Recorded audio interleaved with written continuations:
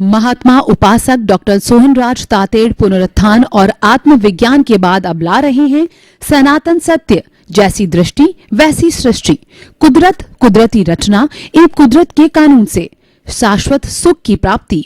Log in करें www.drsohanrajtater.com, YouTube channel doctor Sohanraj Tated, play store से download करें mobile app doctor Sohanraj Tated.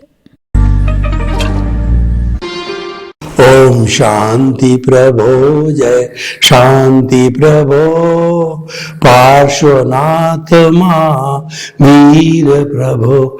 ओम शांति प्रभो, जय शांति प्रभो, पार्श्वनाथ महावीर प्रभो।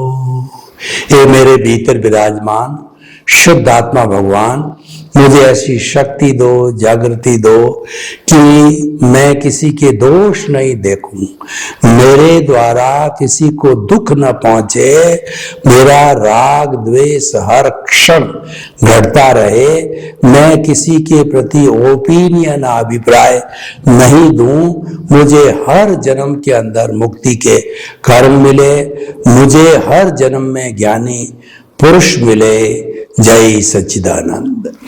भाई और बहनों, मातृशक्ति को नमन। आज का हमारा बहुत ही सुंदर विषय है कि जो संसार विषय की नींव पर आधारित है, यानी जो हमारा ये जो जगत चलता है उसका नियंता राग द्वेष है, उसका नियंता विषय है, उसी के आधार पर ये संसार चलता है। यह संसार स्त्री पुरुष के कारण दो विरोधी चीजों के कारण चलता है। धूप है, छांव है, दिन है, रात है, सुबह है, शाम है, स्त्री है, पुरुष है, नर है, मादा है, अच्छा है, बुरा है, उनके आधार पर ये संसार चलता है। इसीलिए कहा गया कि संसार में विविधता है। संसार उसको कहते हैं कि जो संचरण करता है, जो हर क्षण हर वस्तु बदलती है, उसे संसार कहा जाता है, उसको दुनिया कहा जाता है। क्योंकि इस दुनिया के अंदर जो 84 लाख जीवा योनिया जो कि उत्पत्ति स्थान है और जीवित प्राणियों की संख्या तो असंख्य अनंत है, वो इस कुदरत के अधीन, कुदरती रचना और कुदरत के कानून के अधीन जो है अपने कर्मों का जो है वो भुगतान करते हैं। वो सारा इस संसार में करते हैं और वह विषय की नींव पर टिका हुआ है। संसार विषय किसे कहा जाता है कि हम खुली आंख से जब किसी वस्तु को देखते हैं तो वो उसी तरीके से सुनते हैं, स्वाद ग्रहण करते हैं, वो सारे विषय कहलाते हैं। ये जितनी हमारी 5 इंद्रियां हैं, स्पर्शन दर्शन घ्राण चक्षु श्रोत्राणि इंद्रियाणि, इनके कुल 23 विषय है। जैसे कि स्पर्श इंद्रिया जो हमारी त्वचा है उसके 8 विषय है, और रस है, सुगंध दुर्गंध जो है हमारी रसनेन्द्रिय का है, और हमारी जो आंख है वो 5 तरह के रंग देखती है, और हमारा जो कान है वह जड़ चेतन और मिश्र 3 तरह के जो आवाज सुनता है। इस तरीके से सबकी जोड़ करें तो ये 23 विषय कहलाते हैं। इसीलिए ये जो जगत है वो इंद्रियों का जगत है, इंद्रिय सुख का जगत है। इन जगत के अंदर विषय इंद्रियों को, जो व्यक्ति है वो इंद्रियों का उपयोग करता है, ये बाहरी जगत है, और वो मनोरंजन का जगत है, वो भुगतान का जगत है, वो हिसाब का जगत है। जिसको किसी से लेना है, किसी से देना है, पूर्वकृत कर्मों के अधीन वो एक दूसरे पर डिलीवरी करते हैं। जैसे कि पोस्टमैन होता है, वह अच्छा संदेश भी डिलीवर कर सकता है, बुरा संदेश भी डिलीवर करता है, तो वह निर्दोष है। उसके अंदर पोस्टमैन का कोई भी कहना चाहिए दोष नहीं है। उसी तरीके से ये सारी दुनिया है, वह वीतराग है, वो निर्दोष है, कोई दोष किसी का नहीं है। दोष तो मेरे कर्मों का है, क्योंकि मैंने भाव डाल करके, एक भाव को कॉज कहते हैं, बहुत से भाव जब डाले जाते हैं जिनको चार्जिंग कहा जाता है, तो उस चार्जिंग के जरिए हम कॉजल बॉडी बनाते हैं। उस कॉजल बॉडी के अंदर इस जन्म में तो हम कोई भी करेक्शन दे सकते हैं, लेकिन जब हमारा ये जन्म समाप्त हो जाता है, आयुष्य समाप्त हो जाता है, तो चैप्टर क्लोज हो जाता है।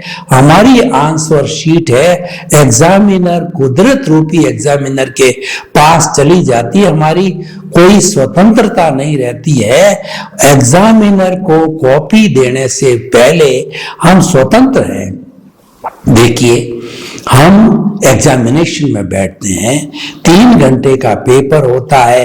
3 घंटे का पेपर हम 2.5 घंटे में ही सॉल्व कर देते हैं। तो सॉल्व करने के बाद जो है हमको पता पड़ा कि अभी तो 3 घंटे पूरे नहीं हुए हैं, 2.5 घंटे हुए हैं, तो आधा घंटा का मुझे उपयोग करना चाहिए।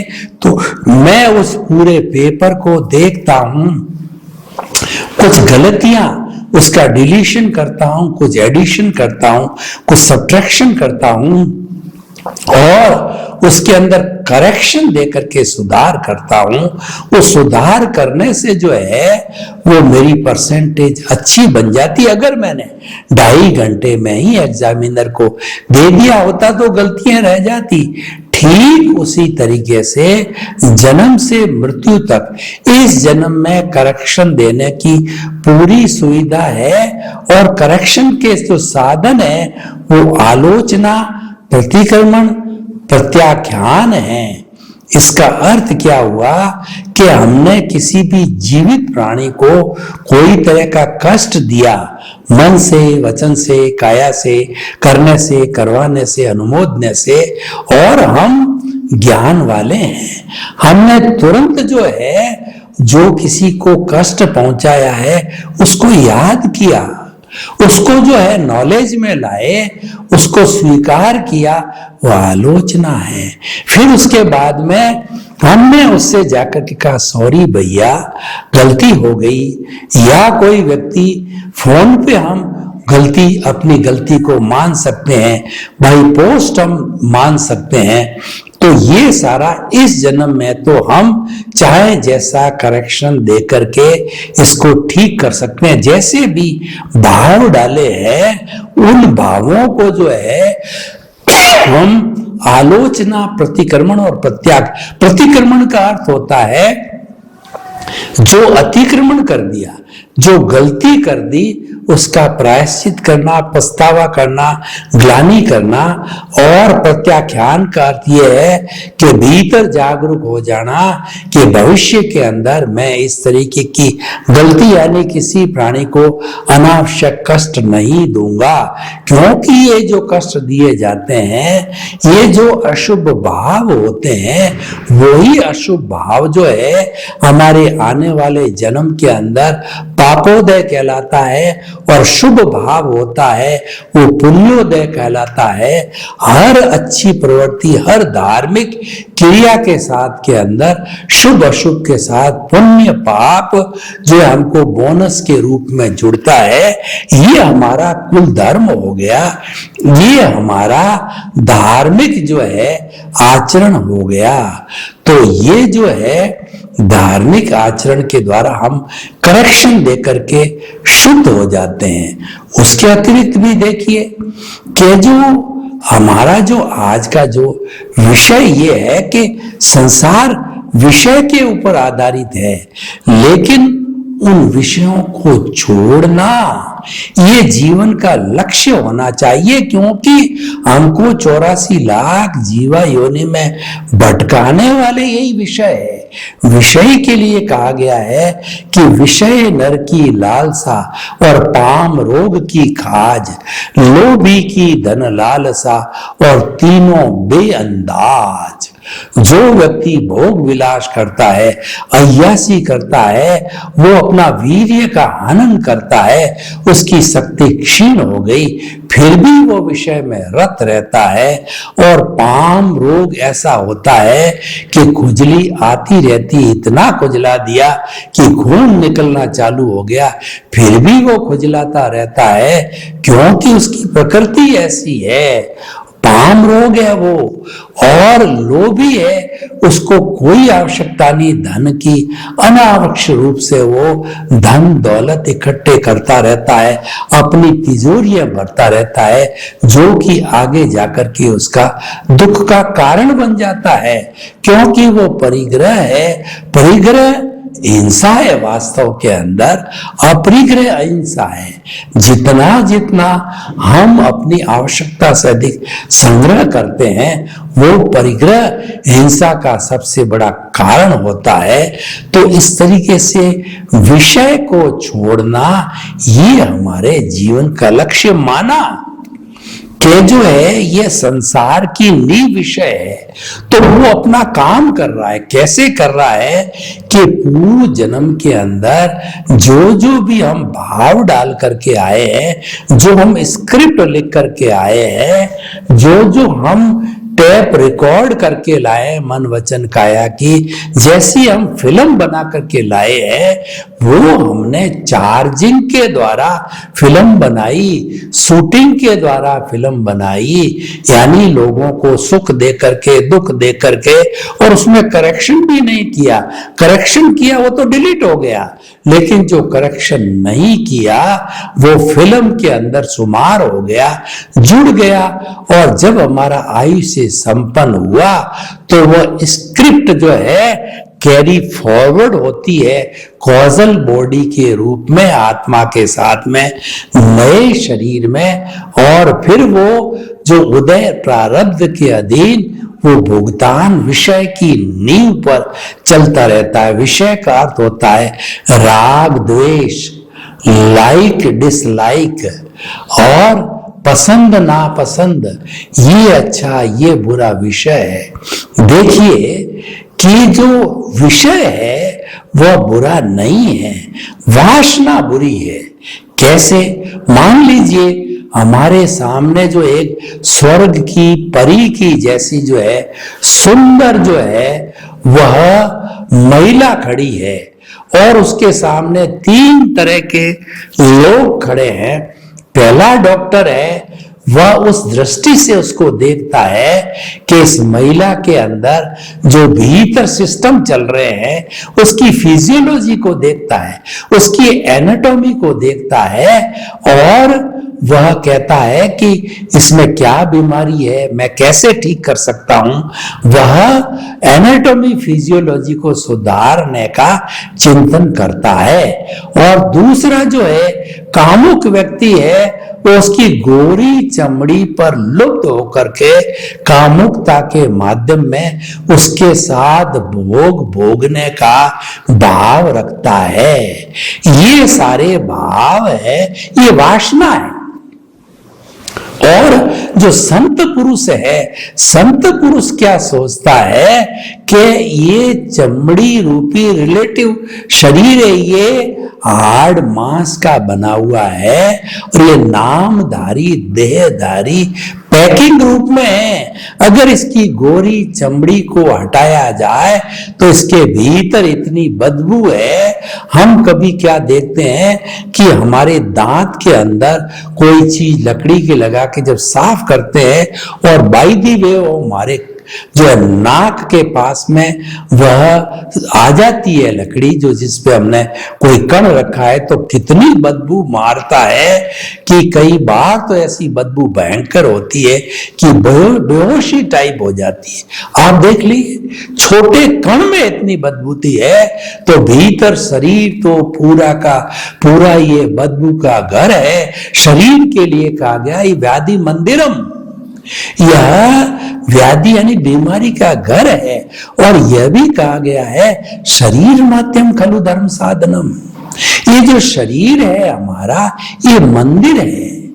ये जो हम मंदिर बनाते हैं तो कोई न कोई गारे ईंट चूने का जो है मकान बनाना पड़ता है, उसी में ही प्रभु की मूर्ति को प्राण प्रतिष्ठा करके बिठाना पड़ता है, फिर हम उसके दर्शन को आते हैं। मंदिर नहीं हो और भगवान की मूर्ति को सड़क पर बिठा दिया जाए तो लोग उस पर अशुद्धि डालेंगे, अशात्मा होगी, ये प्रभु की अशात्मा होगी। हम ऐसा करते नहीं है। तो ये शरीर रूपी मंदिर है, इसको स्वच्छ रखो। ये इसको कितना ही धो, भले बाहर से धो तो उसकी कितनी सफाई करो, हो सकता है थोड़ी चमड़ी है वो थोड़ी सी हल्की सी गोरी दिखाई देने लगेगी, उसका मैल हट जाएगा, लेकिन भीतर की गंदगी है वह सब वासना की जिंदगी है। और वो वासना विषय से पैदा होती है, वो इंद्रियों के विषय ग्रहण करने से पैदा होती है। लेकिन उन विषयों को जो है हमें वासना बनाना है या न बनाना है, उस गोरी जो है स्त्री के प्रति जो है एक जो संत पुरुष का क्या विषय है, ये तो हाड़ मांस का पुतला है, ये तो गंदगी का पिटारा है, तो वह इस तरीके से वैराग्य रूप में उसको देखता है, अनाशक्ति में देखता है, तो उसके कोई बुरे भाव नहीं पड़ते। और डॉक्टर है उसको इलाज के रूप में देखता है तो उसके कोई भाव नहीं डलते। कामुक व्यक्ति ने उसके प्रति लुप्तता के विषय के भाव पैदा किए। तो हम ये कहना चाहते हैं ये जितने भी विषय है दुनिया के, ये हमारे अशुभ भाव पैदा करते हैं। और अगर वो का वो आकर्षण प्रभु के प्रति हो, भीतर विराजमान शुद्ध आत्मा के प्रति हो, ज्ञाता दृष्टा बने, हम भेद विज्ञान करें, हम अकर्ता बने, तो वो शुद्ध भाव हो जाते हैं। जहां पर हम ज्ञाता दृष्टा बन गए वो हमारा जंक्शन पॉइंट है। अब हमने जो ही ज्ञान लिया तुरंत हम अकर्ता बन गए, यानी no ownership, no doership, no blame, no claim.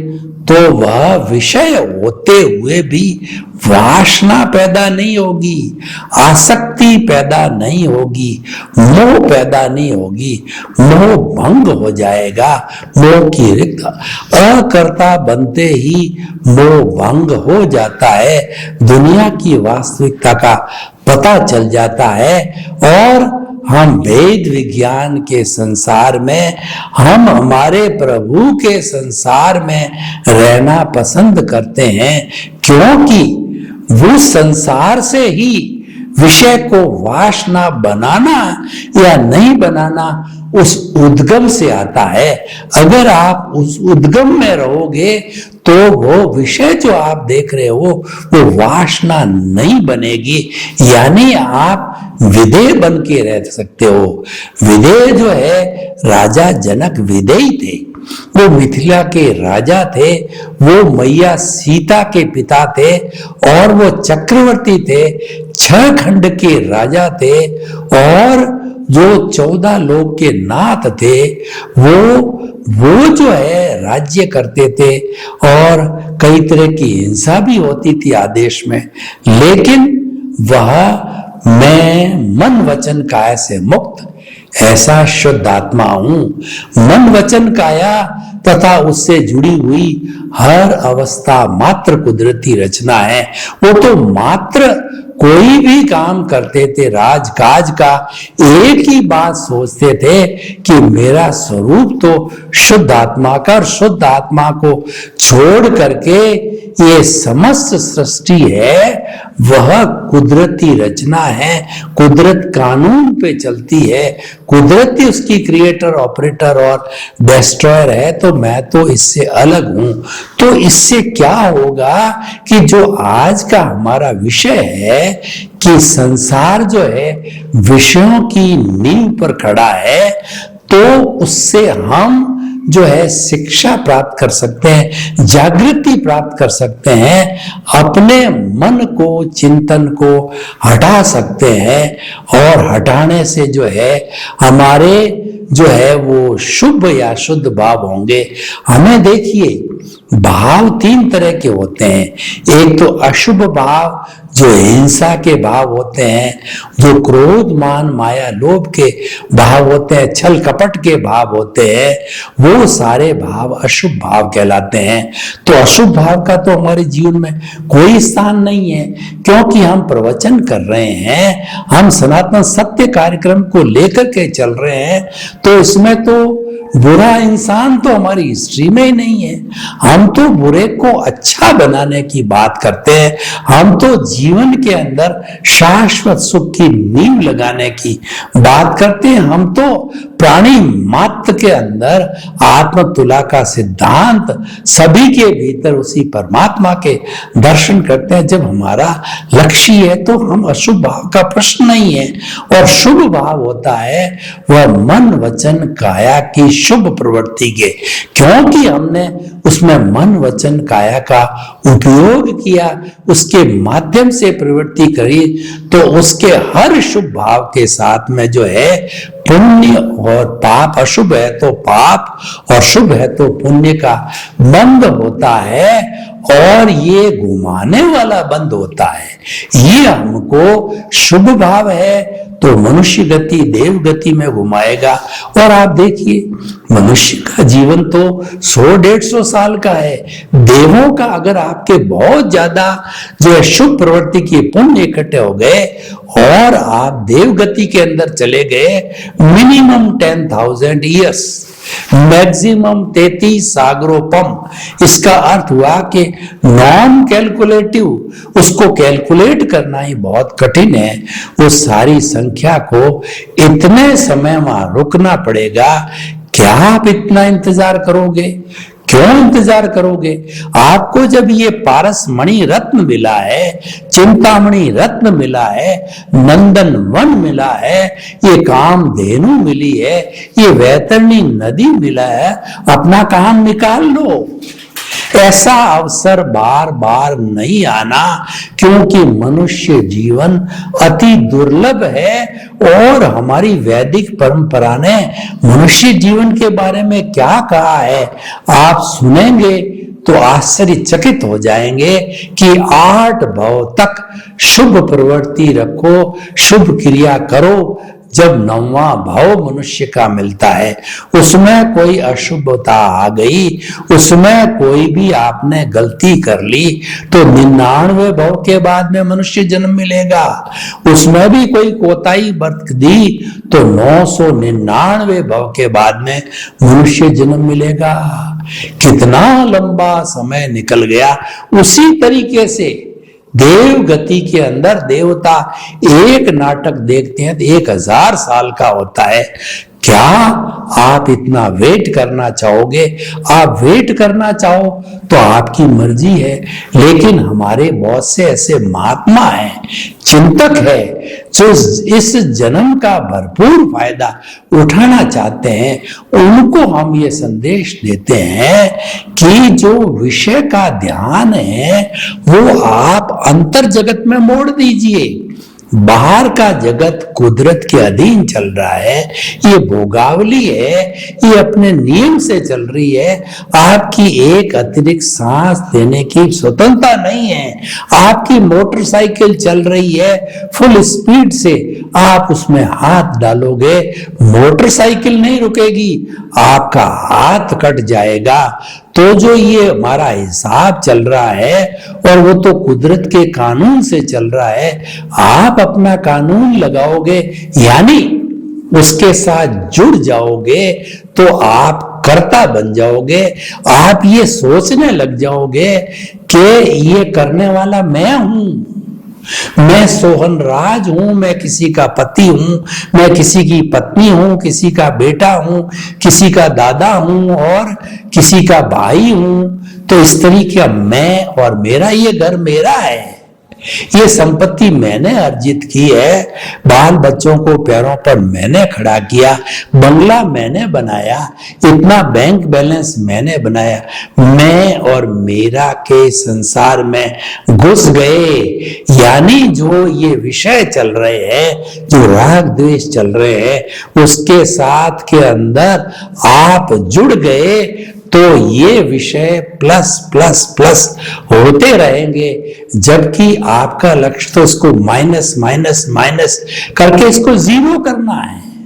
ये लक्ष्य बनाओ जीवन का कि हमारा जितना जो संसार विषय पे चलता है, वासना जिसे चलता है, वासना भीतर है, विषय बाहर है, विषय इंद्रिय लाती है, वासना उसके ऊपर रिएक्शन करके उस पर भाव बिगाड़ करके प्रतिष्ठित आत्मा उस पर अशुभ भाव करके उसको वासना बनाती है, और अगर उस पर ध्यान नहीं देती, नहीं जुड़ती है, तो वो शुद्ध भाव होते हैं, वो मुक्ति में ले जाने वाले होते हैं। सर्वे भवन्तु सुखिनः सर्वे सन्तु निरामया, लोक के सब जीवों को सुख मिले, शांति मिले, आनंद मिले, प्रेम मिले, सौहार्द मिले और मुक्ति मिले, सबके प्रति मंगल भावना। ओम शांति, ओम शांति। महात्मा उपासक डॉक्टर सोहनराज तातेड़ पुनरुत्थान और आत्मविज्ञान के बाद अब ला रहे हैं सनातन सत्य, जैसी दृष्टि वैसी सृष्टि, कुदरत कुदरती रचना एवं कुदरत के कानून से शाश्वत सुख की प्राप्ति। लॉग इन करें www.drsohanrajtater.com, YouTube channel doctor Sohanraj Tated, play store से डाउनलोड करें mobile app doctor Sohanraj Tated.